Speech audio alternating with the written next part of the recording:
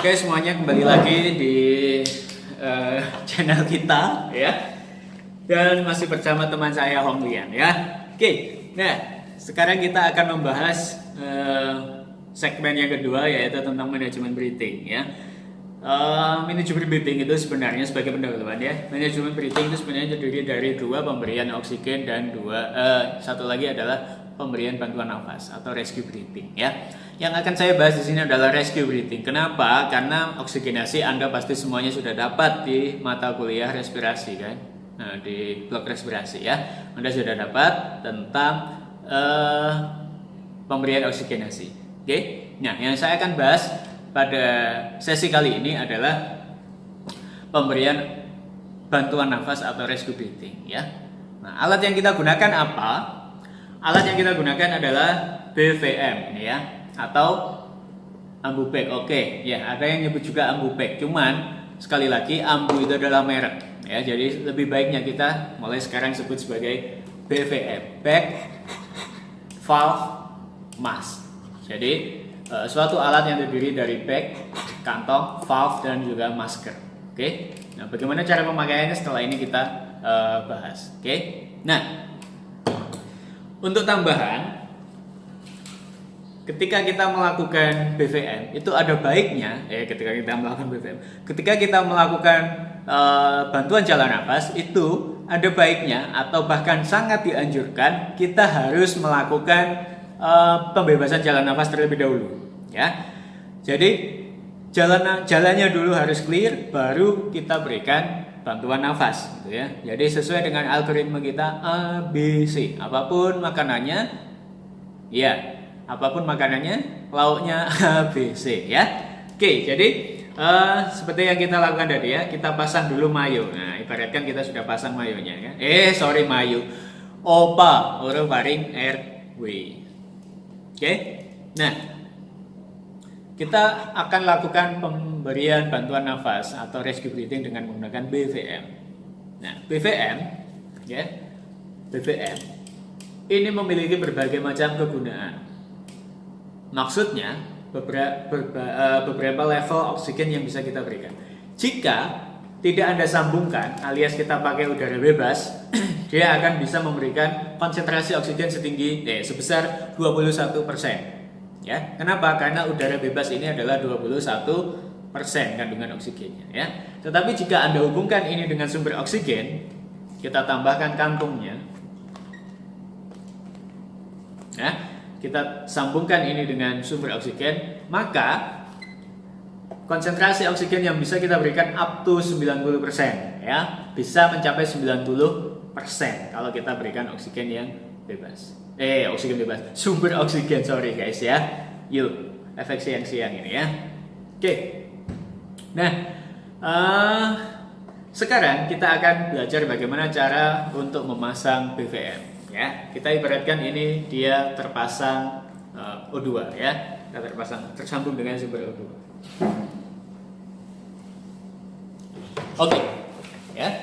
Jadi kalau pasien sudah terbebas jalan nafasnya, kemudian dia mengalami gagal nafas atau tidak bernafas, pernafasan spontannya hilang, ya, dia tidak mampu bernafas dengan spontan atau tersengal-sengal atau apnea dan seterusnya, ya, bisa kita lakukan bantuan nafas atau rescue breathing. Bagaimana caranya? Kita pastikan maskernya ini fit dulu dengan wajah pasien, ya. Nah, biar fit gimana Pak? Ya ini sudut untuk hidung, ini untuk dagu, jangan kebalik begini ya. Seringkali kebalik begini. Nah, salah. Jadi harus ini sudut ini tepat di hidung pasien. Oke. Kemudian tangan kita ya 3C. Nah, 3C. C-nya ke sini ke masker, 3-nya ke dagu. Nah, jadi sambil diginikan, sambil ditekan. Plok. Jadi harapannya ini akan rapat. Jadi efisien sekali ya. Udara yang kita masukkan sangat efisien. Oke. Nah, kalau sudah seperti ini bisa kita berikan pernafasan ya, bantuan nafas. Bagaimana Pak cara mencetnya atau cara menekan ini ya? Jadi kita sesuaikan dengan tidal volume manusia. Jadi rata-rata tidal volume penderita itu adalah 5-7 cc per kilogram berat badan. Jadi kita perkirakan aja berat badannya, misalkan dia pasien dengan berat badan 70 kg ya. Kita estimasikan tidal volumenya adalah 7 cc per kilogram berat badan. Jadi kita berikan 490 cc udara, atau kita bulatkan menjadi 500 cc udara. Nah, volume BVM ini, volume kantong ini adalah 2000 cc atau 2 liter. Jadi kalau kita butuh 500 cc, kita pencet seperempatnya. Ya, seperempatnya. Oke, setuju kan? Nah, jadi kita pelan saja, tidak perlu ngegas. Nah, salah ya. Kalau ngegas malah salah ya. Jadi santai saja, slow. Oke, pakai pernafasan. Pakai pernafasan, pakai perasaan, enggak pakai tangan dulu ya. Kalau pakai perasaan baper nanti kan. Nah, jadi kita pakai tangan pelan-pelan. Oke. Indikasinya apa jika rescue breathing kita berhasil? Dada akan terangkat. Nah, cukup ya. Jadi targetnya adalah dada terangkat, nggak usah dipencet kenceng-kenceng. Kalau kenceng-kenceng dia malah larinya ke lambung. Apa yang terjadi? Ya akan terjadi distensi lambung, kembung kan? Nah, gitu ya. Jadi santai aja. Oke? Oke. Kemudian berapa kali Pak kita memberikan rescue breathing? Nah, oke, izin duduk ya.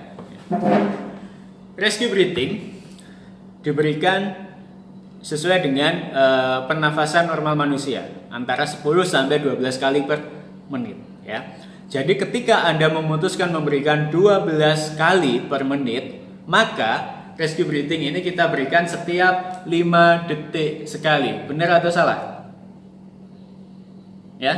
Kalau target kita 12 kali per menit, berarti kita berikan setiap 5 detik sekali, benar kan? Ya, karena 60 dibagi 12 sama dengan 5. Oke? Ya. Kita coba ya. Jadi C, kemudian kita angkat, kita tekan rapat.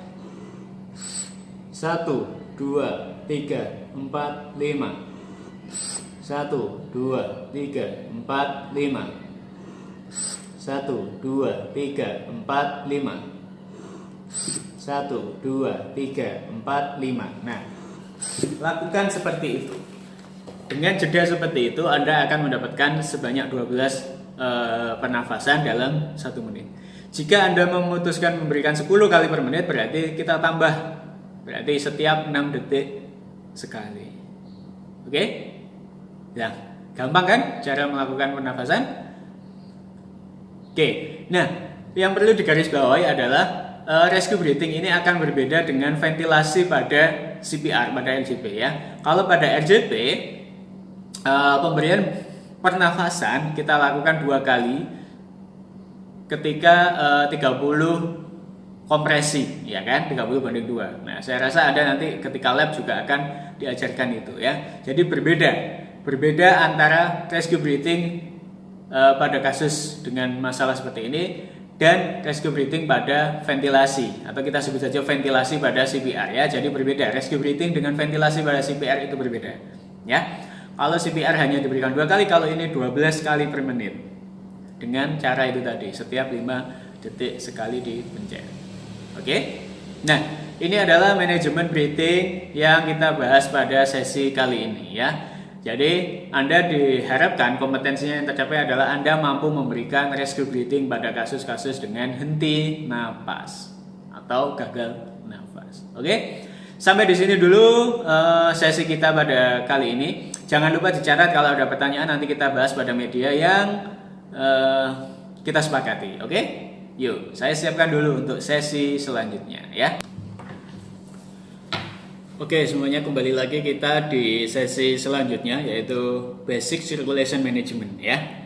Jadi pada sesi ini kita akan membahas tentang manajemen untuk melakukan resusitasi cairan, khususnya manajemen cairan ya, sirkulasi pada pasien-pasien dengan gangguan sirkulasi. Oke. Nah, sebelum masuk ke sesi ini, saya tekankan kembali bahwa di sini saya tidak akan melakukan tindakan ya, karena sebenarnya tindakan resusitasi cairan ini adalah kaitannya erat dengan pemberian infus. Jadi intinya ya kita pasang infus, kasih cairan gitu kan. Anda pasti sudah mendapatkan ini di mata kuliah KDM kalau nggak salah ya. Nah, jadi Anda sudah tahu tentang KDM atau yes, pokoknya itulah ya, pemasangan infus. Nah, Tentunya Anda sudah mahir terkait pemasangan infus dan pemberian cairan. Saya hanya akan membahas secara konsep apa yang perlu kita lakukan pada pasien-pasien dengan kondisi kegawatan sirkulasi, ya.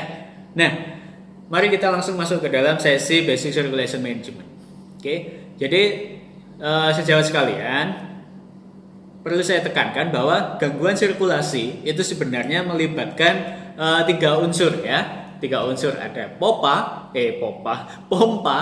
pipa dan isi. Pompanya siapa? Jantung. Pipanya siapa? Pembuluh darah. Isinya siapa? Darah. Nah, gitu kan. Kalau pompanya yang mati, berarti apa yang kita lakukan? Ya hidupkan pompanya. Gimana caranya? BLS, Basic Life Support, Advanced Life Support, ya. Nah, BLS Anda pasti sudah ada lab yang lain, ya. Ada sesi lab yang lain untuk RJP, CPR, Basic Life Support. Oke. Nah, itu kalau pompanya yang rusak. Ya, yang kedua adalah pipa. Nah, kalau pipanya yang rusak, pipa rusak itu ada 2. Satu, rusak otomatisnya. Jadi pipa tubuh kita atau pembuluh darah kita itu kan sebenarnya punya mekanisme otomatis untuk melebar dan menyempit ketika ada ketidaksesuaian di situ, ya. Nah, kalau yang salah otomatisnya, kita mau nggak mau harus pakai obat-obatan yang sudah saya jelaskan di perkuliahan, ya. Ada obat-obatan emergency. Oke, adrenergic alpha dan adrenergic beta. Nah, kalau lupa silakan dibuka kembali materinya, ya.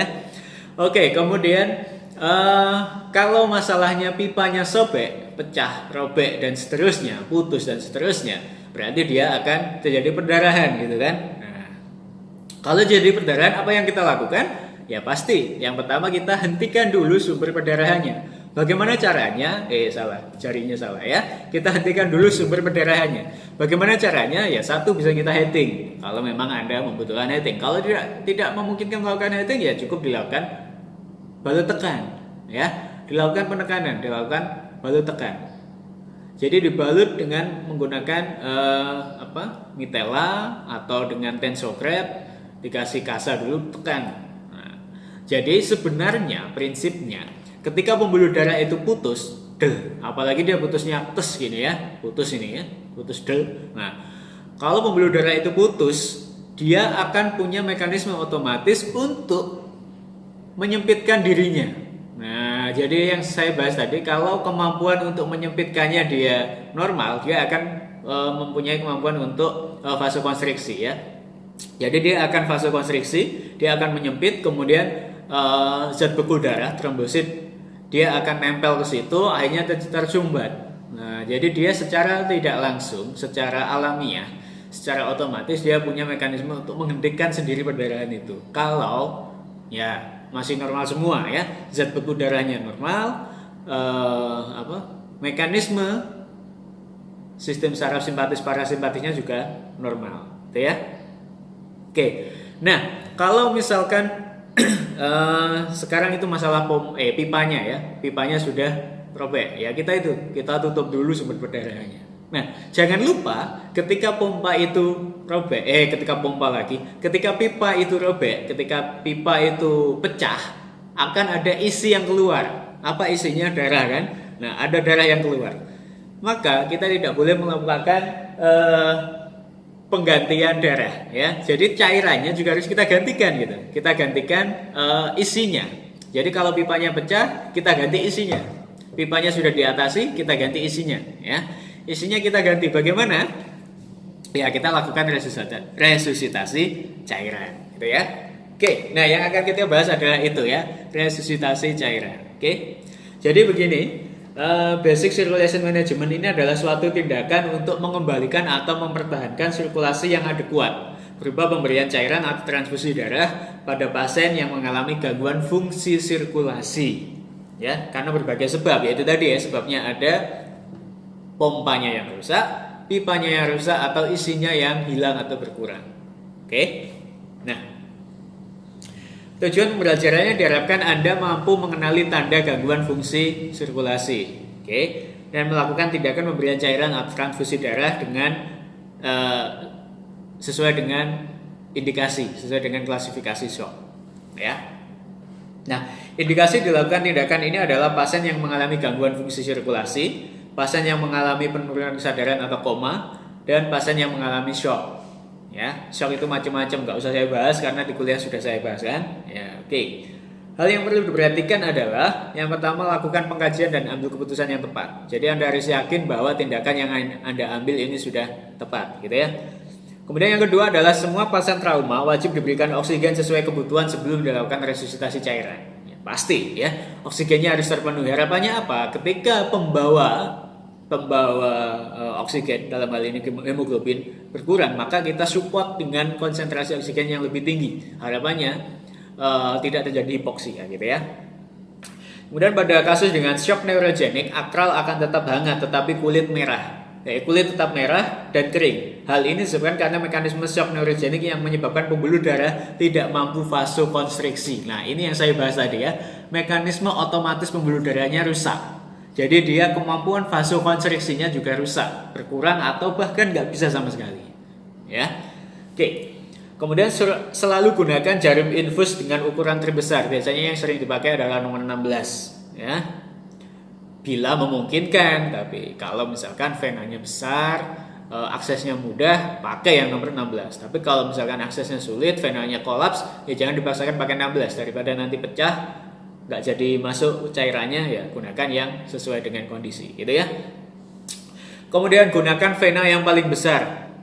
Nah, pilih vena yang paling besar ya. Sama dengan prinsip pemasangan infus, utamakan vena yang paling distal dulu ya. Usahakan pilih yang paling besar untuk mencegah terjadinya phlebitis. Oke. Nah, alat yang diperlukan adalah alat pemasangan infus ya. Saya yakin Anda sudah paham tentang pemasangan infus. Oke. Nah, cairan yang digunakan adalah cairan kristaloid atau yang sering kita kenal dengan RL, Ringer Lactate ya. Ini yang biasanya kita lakukan untuk resusitasi cairan. Tapi baru-baru ini ada beberapa jurnal penelitian yang mengatakan bahwa sebaiknya ketika yang hilang itu darah, maka kita gantikan dengan darah. Tetapi ingat, transfusi itu memiliki berbagai macam berbagai macam komplikasi ya. Bisa alergi, bisa gangguan pembekuan darah, bisa dan macam-macam yang lain. Gatal dan seterusnya, bahkan orangnya bisa mengalami shock juga. Nah, makanya hati-hati dalam pemberian transfusi. Jika memungkinkan diberikan resusitasi cairan saja ya oke. Kalau misalkan dari transfusi baru kita pertimbangkan gitu ya. Tentunya dengan tindakan kolaborasi. Oke, nah untuk pengkajian, lakukan pengkajian sesegera mungkin untuk mengenali gejala shock sejak dini ya. Derajat shock karena perdarahan dapat diperkirakan dengan mengenali tanda klinis pada pasien ya. Di modul yang saya berikan sudah ada tanda-tanda klinis, klasifikasi shock dan sebagainya ya. Silakan Anda baca lebih lanjut.